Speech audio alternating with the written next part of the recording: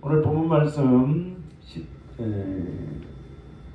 3절에 보면, 그냥 3절에 보면은 여호와께서 그들을 내 손에 넘겨 주셨거늘 너희가 어찌하여 오늘 내게 와서 나와 더불어 싸우고자 하느냐 하니라. 오늘 제목의 말씀이 되겠습니다. 여호와께서 내 손에 붙이셨느니라. 그래서 승리하게 됐다는 얘기죠. 그래서 오늘 본문 말씀을 우리가 자세히 보게 되면 에브라임 사람들이 그랬죠. 에브라임 사람들이 북쪽으로 가서 입다에게 그때 내가 암몬 자손과 싸우러 건너갈 때에 어찌하여 우리를 불러 너와 함께 가게 하지 아니하였느냐. 입다가 지금 암몬과 싸워서 승리하고 돌아왔잖아요. 돌아왔는데 에브라임 사람들이 시비를 하는 거예요. 입다에게. 에브라임은 누구냐? 에브라임은 요셉의 둘째 아들이죠. 둘째 아들이 에브라임입니다. 그리고 요셉의 첫째가 므낫세죠. 그런데 에브라임 이렇게 해서 에브라임 사람들, 그러니까 이스라엘의 12지파 중에 속한 에브라임 지파들이 입다에게 찾아와서 시비를 하는 모습을 볼 수가 있습니다. 우리가 8장에서도 보았듯이 에브라임 사람들이 왜 이렇게 불평불만이 많은지 모릅니다. 12지파들 가운데 가장 불평불만이 많은 사람들이죠. 여기서도 본문에서도 입다에게 아주 거칠게 항의하는 모습을 볼 수가 있습니다. 왜 우리를 불러서 그 싸움에 참여하지 못하게 했느냐 이거죠. 그런데 입다의 입장에서는 어떻습니까? 나와 내 백성이 암몬 자손들과 싸우러 갈 때에 내가 너희를 부르되, 너희들 불렀다는 거죠. 너희를 부르되 너희가 나를 그들의 손에서 구원하지 아니한 거로 너희들이 불렀지만 오지 않았지 않느냐. 그래서 목숨을 내놓고 목숨을 걸고 암몬과 싸우고 돌아온 나에게 그럴 수 있느냐 이거죠. 그런데 이 에브라임 사람들이 어떤 얘기를 했냐면 우리가 반드시 너와 내 집을 불사르리라. 이렇게 거친 표현을 썼다는 것입니다. 그리고 너를 없애겠다는 거죠. 그러니까 이 에브라임 사람들은 어떤 사람들이냐면 이스라엘 12지파 가운데서도 세력이 있는 그런 지파 중에 하나였습니다. 그래서 입다를 무시하는 거죠.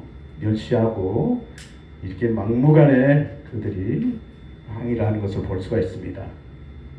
입다가 어떤 사람입니까?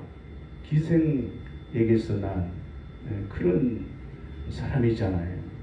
그러니까 한마디로 그냥 입다를 처음부터 무시해버린 거죠. 이런 사람이 어떻게 승리하고 돌아왔는지 에브라임 사람들이 볼 때에는 참으로 볼 수가 없었던 것입니다. 그들의 입장에서는 입다를 이대로 두고 볼 수 없었기 때문에 그들이 항의하는 것을 볼 수가 있고, 이 본장에서는 전쟁을 승리로 이끈 입다를 시기하는 에브라임 지파가 항의하는 것은 내부에 분열을 일으키는 그런 행위가 되잖아요. 이제 전쟁에 싸우고 와서 승리해서 안전하게 이제 이스라엘 사람들이 평화롭게 이제 살고자 한 그때에 에브라임 사람들이 분란을 일으켰다는 거죠. 그러니까 또다시 이제 외부에 있는 적들과 싸워서 승리하고 돌아왔지만 그것도 잠깐 평화를 유지하고 있었는데 에브라임 사람들이 이제 찾아와서 또 전쟁을 일으키는 것입니다. 내부의 전쟁이 일어나게 된 거죠. 그래서 오늘 본서의 본장의 테마는 이스라엘 구원이 어디로부터 왔느냐 하는 것이 중요합니다. 입다가 그냥 뭐 능력이 있고 실력이 있어서 그 전쟁에 승리한 건 아니라는 것을 입다 자신이 밝히고 있잖아요.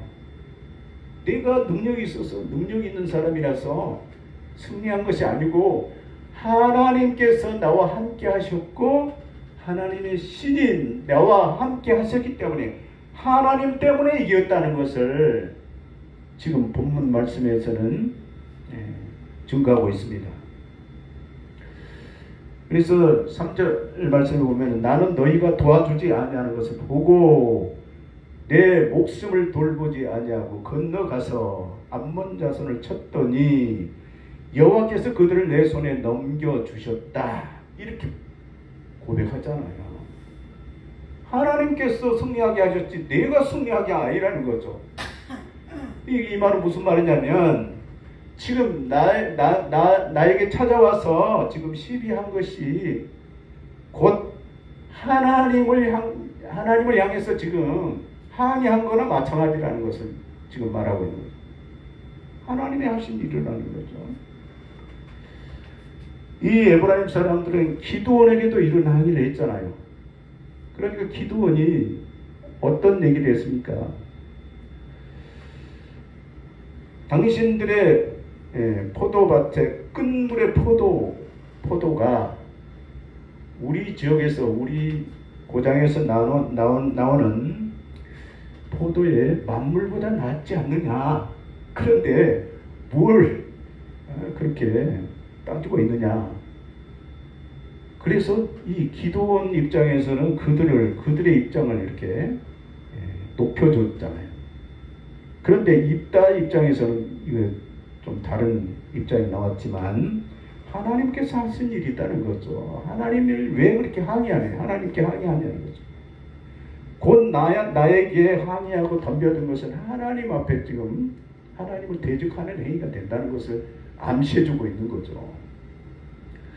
오늘 우리는 하나님의 백성입니다. 하나님 안에 들어왔습니다. 그리스도 안으로 들어온 선택받은 사람들이잖아요. 그러면 우리의 모든 삶의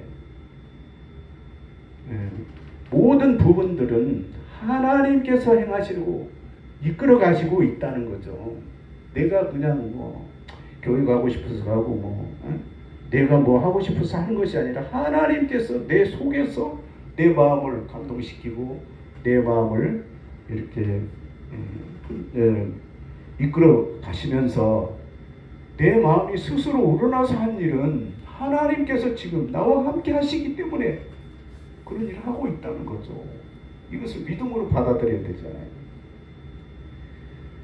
그런데 에브라임 사람들은 사사건건 지도자를 원망하고 불평하는 그런 모습을 볼 수가 있는 것입니다. 그래서 오늘 우리는 우리 공동체 안에서도 그렇지만 밖에 있는 사람들에게까지도 호평받는 그런 사람들이 되어야 하는 것입니다.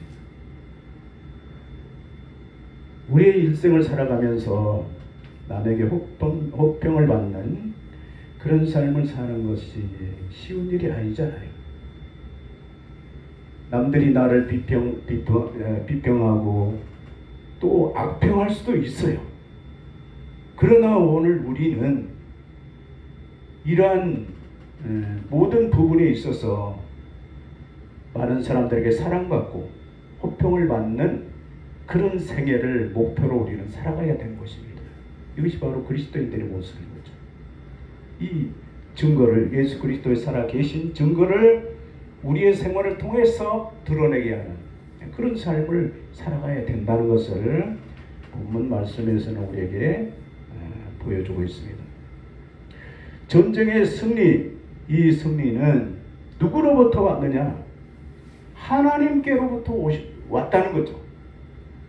성경은 이것을 증명해주고 있고 또 이스라엘 지도자들마다 그것을 고백하잖아요. 내가 능력이 있어서 한 것이 아니고 하나님께서 하셨다. 하나님께 영광을 돌리잖아요. 이것이 바로 그리스도인의 기본 삶의 원칙인 것입니다. 모든 내가 하는 행위가 다 하나님께서 하나님으로부터 온 것이다. 이렇게 믿어야 된다는 것입니다. 그런 믿음을 가져야 된다는 것입니다. 이렇게 해서 입다에게 에브라임 지파들이 우리가 반드시 너와 내 집을 불살라 버리겠다 이렇게 선언하잖아요. 이렇게 해서 전쟁이 시작된 거죠. 근데 에브라임 그 지파보다 숫자보다 길르앗의 그 숫자가 열악하잖아요. 싸울 만한 대상도 안 되잖아요. 그렇기 때문에 에브라임 사람들이 큰 소리 치고 있는 거예요. 무시해서 작다고 그냥 무시해버린 거죠. 그렇게 해서 싸움이 시작됐는데 결과가 어떻게 나타났습니까? 에브라임 지파 사람들이 42,000명이나 희생을 당하고 말았어요. 어마어마한 사람들이 죽음을 당했다는 거죠. 왜 이런 결과가 나타났습니까?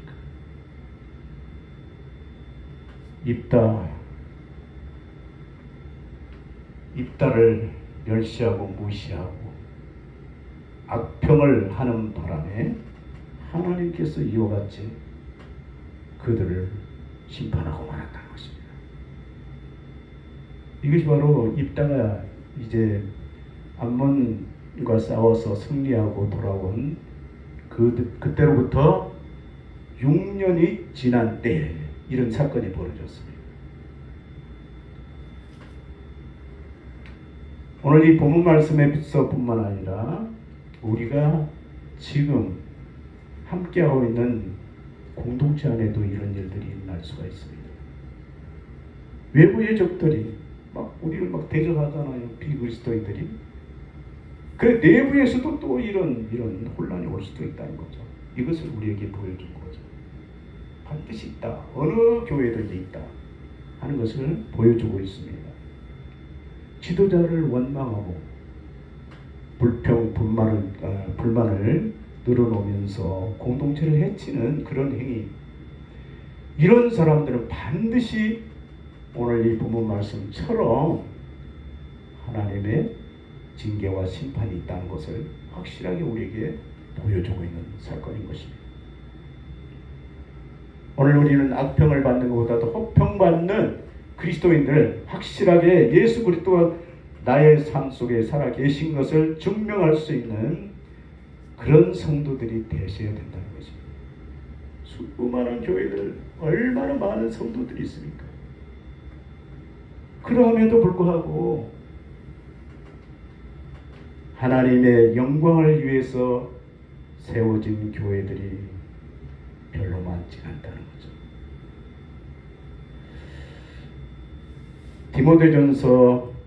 디모데후서 3장에 보면은 이런 내용의 말씀이 있습니다. 디모데후서 한번 볼까요? 디모데후서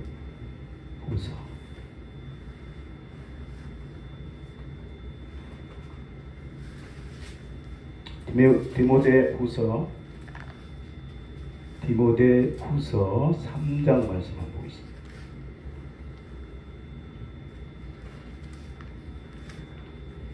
신약 성경 345쪽에 보면은 디모데후서 3장 말씀이 있습니다.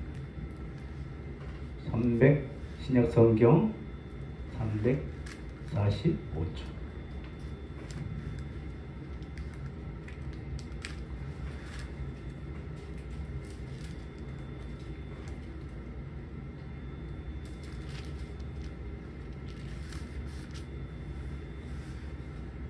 (1절부터) (5절까지) 한번 보겠습니다.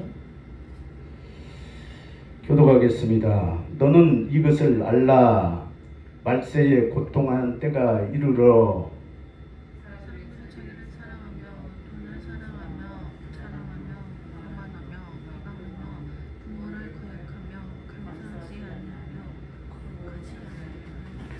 부정하며 원통함을 풀지 아니하며 모함하며 절제하지 못하며 사나우며 선한 것을 좋아하지 아니하며 열심하며 조급하며 자만하며 편하게 살아가기를 하나님 사랑하는 것보다 더하며. 같이 읽겠습니다. 경건의 모양은 있으나 경건의 능력은 부인하니 이 같은 자들에게서 네가 돌아서라. 아멘. 이 말씀은 디모데후서 말씀은 사도 바울이 그 제자에게 마지막으로 공고한 부탁한 말씀의 내용이죠. 마지막 때가 이르게 되면 고통하는 때가 올 것이다. 왜 고통을 받느냐? 2절에 보면 사람들이 그랬죠. 자기를 사랑하고 돈을 사랑하며 또 자랑하며 교만하며 비방하며 부모를 거역하며 감사하지 아니하며 거룩하지 아니하며 부정하여 원통함을 풀지 아니하며 모함하며 절제하지 못하며 싸나우며 선한 것을 좋아하지 아니하며 배신하며 조급하며 자만하여 쾌락을 사랑하기를 하나님 사랑하는 것보다 더하며 경건의 모양은 있으나 경건의 능력은 부인하니 그랬죠. 이 말세의 징조가 이와 같다는 거죠. 그런데 오늘 본 말씀에서도 우리에게 교훈하는 내용이 무슨 말씀입니까? 교만하지 말아야 된다는 거죠. 교만하지 마라. 경건의 모양은 있으나 경건의 능력을 부인하는 그러한 모습을 우리에게서 보여서는 안 되는 거죠. 네. 어떤 모양? 경건의 모양. 오늘 우리가 신앙생활을 하면서 많이 경험해 봤을 것입니다. 하나님을 섬긴다고 하면서도 하나님을 비방하는 그런 어리석은 삶을 살고 있는 사람들이 있어요. 자기 중심으로 살아가는 거예요. 자기를 사랑하고 돈 사랑하고 교만하고 비방하고 부모를 거역하고. 부모를 거역하는 것은 무엇을 의미합니까? 우리가 이 세상에 태어나서 이 세상을 살아가면서 가장 큰 은혜를 주신 분이 어떤 사람입니까? 부모님이 있잖아요. 부모님의 말씀을 거역하면 하는 그런 일들이 일어난다는 것입니다. 에브라임, 요셉의 둘째 아들이잖아요. 요셉은 그 형제들이 흉년이 들어서 애굽으로 자기를 찾아왔을 때 그 형제들과 대면하게 되죠. 형제들과 만났을 때 어떤 얘기를 했습니까? 형제들이 다 자기를 두려워하는 거예요. 언제 보복할지 모르니까. 그랬을 때 요셉이 그 형제들을 어떻게 달랬습니까? 내가 절대로 너희들을 보복한 일이 없을 것이다. 나를 당신들이 팔았지만 하나님께서 하셨다. 이렇게 고백하잖아요. 하나님께서 하신 일이니까 걱정하지 말라는 거죠. 너희들에게 내가 보복할 일이 분명히 너희들이 볼 때는 보복할 수 있다고 생각하지만 나는 그렇지 않다는 거죠. 왜? 하나님이 나에게 그 일을 행하셨다는 거죠. 나를 애굽의 노예로 팔릴 때 당신들이 행하는 것 같지만 하나님이 하신 일이라는 거죠. 그래서 너희들을 보복하지 않겠다는 거죠. 그런데 그 요셉의 아들 에브라임의 생각은 어땠습니까? 에브라임 사사건건 시비하는 거예요. 자기 아버지 요셉과는 전혀 다른 그런 모습으로 볼 수 있잖아요. 그런 모습을 볼 수 있는데 이것이 바로 부모를 거역하는 거예요. 요셉이 어떤 사람입니까? 그런데 그 요셉의 아들 친아들이잖아요. 둘째 아들이 이와 같이 입다에게 항의하면서 입다와 가족을 다 불살라버리겠다 그렇게 겁을 주고 있는 것을 볼 수가 있습니다.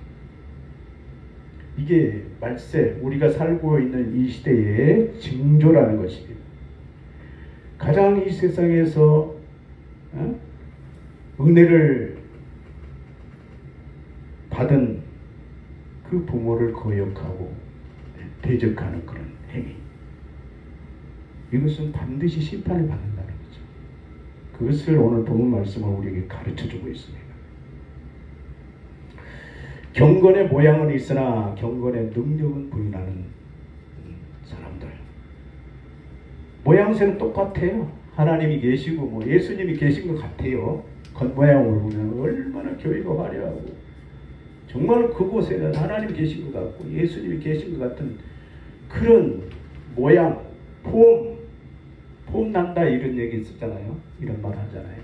폼은 무슨 말입니까? 영어잖아요. 영어로 폼은 뭐냐? 형태, 모양, 이것을 말하는 거죠. 모양은 똑같아요. 하나님이 계시고 막 성령이 계시고 예수님이 계시는 교회 같은데 경건의 능력이 안 보인다는 거죠. 경건의 능력이 뭐냐 이거죠. 사랑이죠. 사랑은 안 보여. 자기 이익, 자기 명예, 이런 것들로 외모는 갖춰져 있다는 거죠. 내용이 없는 교회들, 이것을 지금 사도 바울은 염려하고 있다는 거죠. 경건의 능력을 부인하는 그런 성도들이 되어서는 안 된다는 거죠.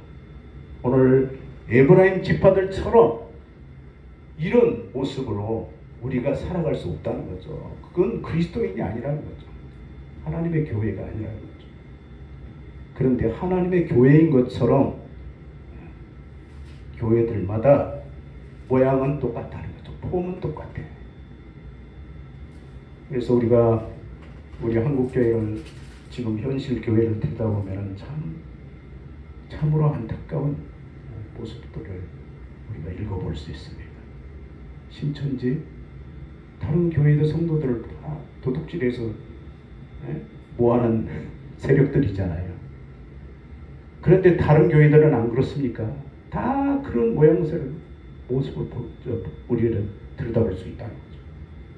전도 집회다. 유명한 가수들, 유명한 탤런트들 모시다가 집회하고 막 다른 교회들 막 그러더라고요. 그래서 큰 교회들이 크게 모양새가 갖춰지게 된 거죠. 파고 들어가면 생각해 보면 이런 교회들이 다른 교회들 재정을 염려하고 걱정하는 교회들이 한 교회라도 있느냐 이거죠. 하나도 보이지 않아요. 사회에서 가장 드러나게 막 헌신하고 희생하고 봉사하는 교회들 봤어요? 세상 사회 단체나 똑같아.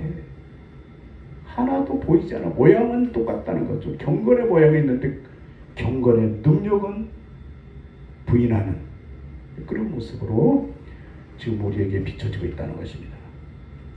그래서 이 본문 말씀을 통해서 우리가 교훈 삼아야 될 것은 이스라엘의 승리가 입다로부터 났으며 자신들의 승리의 기쁨도 전리품도 공유하지 못한 데서 에브라임 사람들이 분노했다는 거죠. 그러니까 마치 입다로부터 그 전쟁에 승리했다고 생각한 거죠. 그래서 항의하게 된 거죠.